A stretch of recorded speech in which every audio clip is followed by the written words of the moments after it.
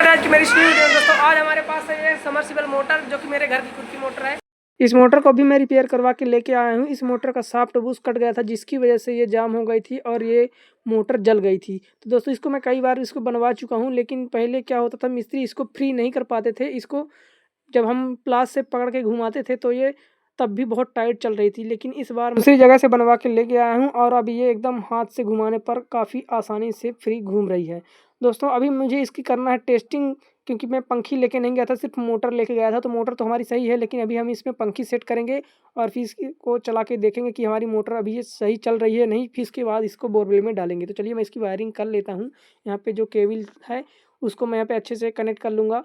Wire का colour से colour match करके इसका कनेक्शन कर लेना है। वायर का कनेक्शन लूज नहीं होना चाहिए और इसमें पानी भी नहीं जाना चाहिए, इसलिए यहाँ पे टेपिंग करके और उसमें कच्ची रबड़ लगाने के बाद दोबारा से इसके ऊपर टेपिंग कर देना है। तो चलिए मैं इसको अच्छे से इसका वायर का जॉइंट लगा लेता हूँ और फिर इसमें टेपिंग करके और सभी वायर को कंप्लीट करके आपको दिखाता हूँ।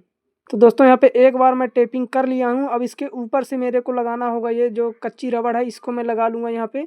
और कच्ची रबड़ लगाने के बाद फिर इसके ऊपर से ये जो काला टेप है इसके ऊपर से फिर से इसको लगा के कवर कर देना है, जिससे कि ये अच्छे से मजबूत हो जाएगा और इसके अंदर एक भी बूंद पानी नहीं जाएगा। अगर पानी इसके अंदर जाएगा तो शॉर्ट सर्किट हो सकता है, ऐसी कोई प्रॉब्लम ना हो, इसलिए इसे अच्छे से फुल कवर कर देना है। इसी प्रकार से मैंने तीनों वायर का कनेक्शन कर लिया है। इसको खींचने पर भी इसमें कोई दिक्कत नहीं होने वाली है। मैं इसको खींच के इसलिए आपको दिखा रहा हूँ। तो अब तीनों वायर को एक साथ में करके सभी को एक साथ पूरी पैक कर दूंगा केबल को, जिससे कि इसके अंदर भी पानी किसी प्रकार से ना जा सके और कोई भी दिक्कत ना हो। इस कनेक्शन कंप्लीट होने के बाद अभी हम इसमें पानी डालेंगे मोटर के अंदर और फिर हम इसे चला के देखेंगे कैसी चल रही है। तो इसको मैंने इसमें रख लिया है। चलिए अब चलते हैं स्टार्टर की ओर इसका कनेक्शन करने। स्टार्टर, अब हम इसमें स्टार्टर में वायरिंग करेंगे इसकी जो लीड है जोड़ने की। अभी पहले हम मल्टीमीटर से इसको चेक करेंगे कि यहाँ तक हमारी कंटिन्यूटी बता रहा है नहीं, केबल हमारा सही है या नहीं। तो चलिए पहले चेक करते हैं पहले केबल को। तो चलिए पहले मैं नीली वाले को यहाँ पे टच कर लेता हूँ इसमें और फिर इसमें टच करता हूँ। तो देख सकते हैं यहाँ पे रीडिंग आ रहा है 14 रीडिंग दिखा रहा है। अब लाल वाली ट्राई करते हैं तो इसमें 24-25 रीडिंग आ रही है। चलिए अब इन वायर का कनेक्शन कर लेते हैं स्टार्टर में। तो दोस्तों यहाँ पे अभी 2 वायर इसकी डिस्कनेक्ट हैं, तो इसको मैं अच्छे से यहाँ पे लगा के स्क्रू का इसका टाइट कर दूंगा ताकि इसके अंदर कोई भी कार्बन वगैरह ना जमे। तो कनेक्ट हो चुका है। अब यहाँ पे कनेक्ट करना है। तो ये लाल वाली है, इसकी लीड में भी सामने लाल वाली है, इसको भी मैं यहाँ पे लाल से लाल का मैच करके यहाँ पे इसका स्क्रू अच्छे से टाइट कर देना है ताकि इसमें भी कोई प्रॉब्लम ना हो। अब हमको करना है पीली वाली का कनेक्शन। तो पीली वाली हमेशा बीच में ही रहती है, तो इस लिए हम बीच में पीली वाली का कनेक्शन करेंगे। तो यहाँ पे मैं इसको भी अब अच्छे से स्क्रू की मदद से इसको अच्छे से टाइट कर लूँगा। और इसको हमेशा वायर का कनेक्शन करते समय इसको लूज नहीं करना है। नीली वाली का भी कनेक्शन मैं यहाँ पे कर लिया हूँ, लेकिन उसकी बराबरी में देख सकते हैं ये वाली पीली वायर लगी हुई है। तो यहाँ पे मैं वायर चेंज कराया हूँ, इसलिए उसकी जगह में पीली लगी हुई है। तो वहाँ पे नीली थी पहले। तो फाइनल पूरा कनेक्शन हो चुका है। अब हम करने वाले हैं इनपुट जो देंगे हम। तो यहाँ पे एक वायर है फेज की वायर, तो यहाँ पे मैं एक कनेक्शन कर देता हूँ, इसका स्क्रू टाइट कर लूँगा यहाँ पे। तो इसको भी मैं अच्छे से टाइट से कस लिया हूँ। अब दोस्तों एक वायर में कनेक्ट करने के लिए वहाँ पे मेरे पास बोल्ट नहीं है, तो इसका मैं बोल्ट यहाँ पे खोल के और यहीं पे मैं इसको भी फंसा लूँगा और अच्छे से इसको टाइट कर दूँगा ताकि इसकी वायर खुलने ना पाए। तो इससे भी काफ़ी टाइट इसको कसना होगा। तो ये कनेक्ट हो चुकी हैं। अब चलिए मैं इसको अर्थ फेज की सप्लाई से कनेक्ट करके और फिर चलते हैं मोटर की ओर। तो मीटर स्टार्टर को भी हम करेंगे बंद और चलेंगे मोटर की ओर, क्योंकि मोटर को हमें प्लास की मदद से पकड़ना होगा, फिर इसको चालू करेंगे। तो मैं प्लास से पकड़ लिया हूँ और ये मोटर हमारी चालू हो चुकी है, देख सकते हैं। तो दोस्तों मोटर की टेस्टिंग हो चुकी है, मोटर सही से चल रही है। अब इसमें हम करेंगे पंखी को सेट। तो पंखी फिट करने के लिए सबसे जरूरी होता है ये पिन। ये पिन लगाना बहुत ही ज़रूरी होता है, नहीं तो पंखी हमारी घूमेगी नहीं।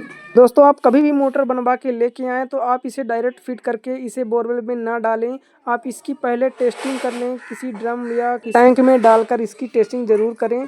अगर आपने इसे बोरवेल में डायरेक्ट बिना चेक किए डाल देते हैं तो अगर मोटर में कोई दिक्कत हो रही है, मोटर पानी नहीं उठा रही है, तो पता भी नहीं चल पाएगा कि इसमें क्या दिक्कत हो रही है।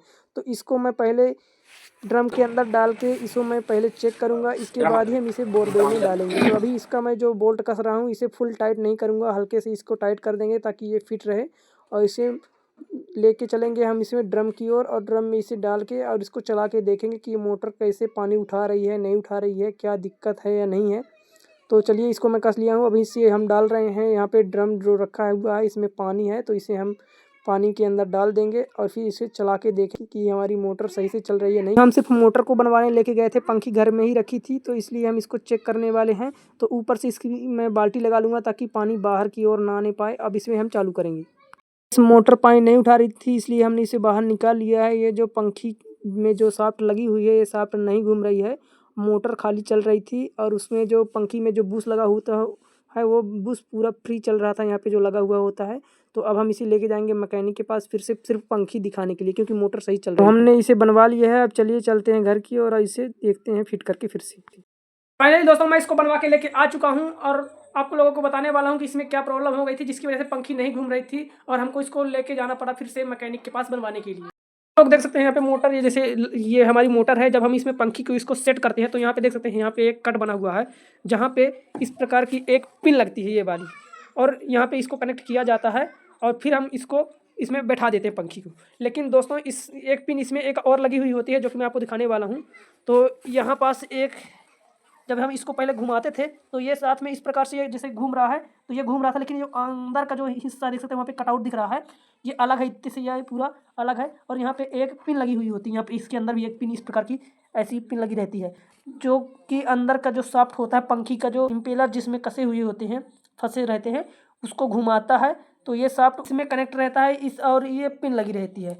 और उसके बाद यहाँ पे एक इसको फंसा के, और यहाँ पास एक नट कसा हुआ था, तो देख सकते हैं वहाँ पे एक नट टूटा हुआ है। जब मैं इसको पिछली बार बनवाने लेके गया था तो इस प्रकार की जो पिन होती है इसके अंदर यहाँ पे नहीं लगाई हुई थी, जिसकी वजह से ये जब इस सिर्फ नट के सहारे पूरा कसा हुआ था, और जब ये पूरा घूम रही थी तो जितना ये घूम रही थी उतना ही स्क्रू और जो ज़्यादा से टाइट हो रहा था, और ये जैसे लगा रहता है तो इसमें से फंसाव बना रहता है, जिसकी वजह से कोई दिक्कत नहीं होती। तो दोस्तों ये नहीं लगा था, इसकी वजह से जब ये घूम रहा था तो इसके अंदर का जो स्क्रू होता है वो टूट गया है, देख सकते हैं। अब इसमें स्क्रू में यदि लगवाना चाहूँ तो नहीं लग पाएगा, क्योंकि इसके अंदर की जो रॉड होती है इम्पेलर में जो पूरी लगी रहती है, वो पूरी रॉड इसके अंदर की चेंज होगी। लेकिन दोस्त में नहीं लगवाया। अब इसमें मैं सिर्फ ये जो पिन होती है, सिर्फ इसके अंदर मैं पिन लगवा दिया हूँ। ये नट इसलिए लगा हुआ होता है यहाँ पे कि ये जो हमारा जो बुश होता है ये बाहर ना निकल पाए।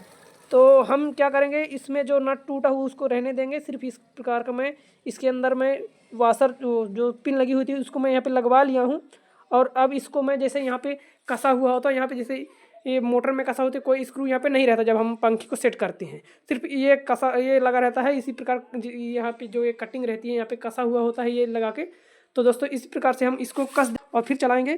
तो आप लोग यदि रिपेयर कराते हैं तो ध्यान रखें कि यहाँ पे जो जब इसका जो स्क्रू यहाँ पे ये लगाते हैं तो इसके से पहले यहाँ पे जो पिन लगी हुई थी उसको भी लगवाएं, ताकि बाद में आपको कोई प्रॉब्लम ना हो। नहीं तो इसकी वजह से आपका ये जो पंखी का जो शाफ्ट रहता है वो ख़राब हो सकता है, क्योंकि इसका नट निकलता भी नहीं टूटने के बाद, फिर नया शाफ्ट डलवाना पड़ता है। तो फाइनली मैंने इसको कस लिया है। चलिए अब इसको मैं फिर से ड्रम के अंदर डालता हूँ और फिर देखता हूँ कि ये मोटर सही से चल रही है या नहीं चल रही है।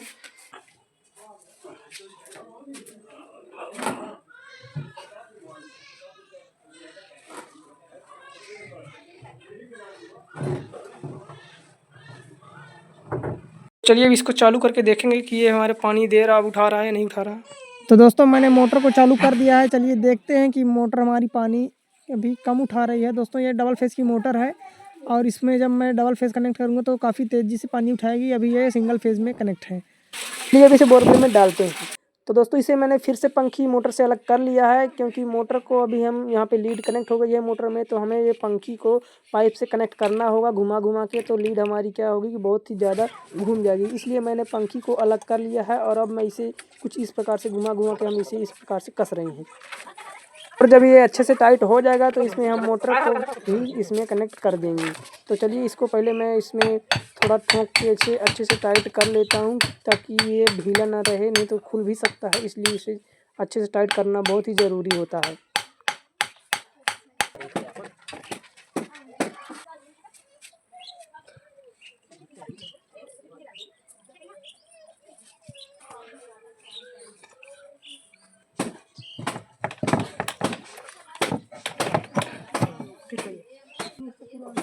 भर जाइए, भर जा।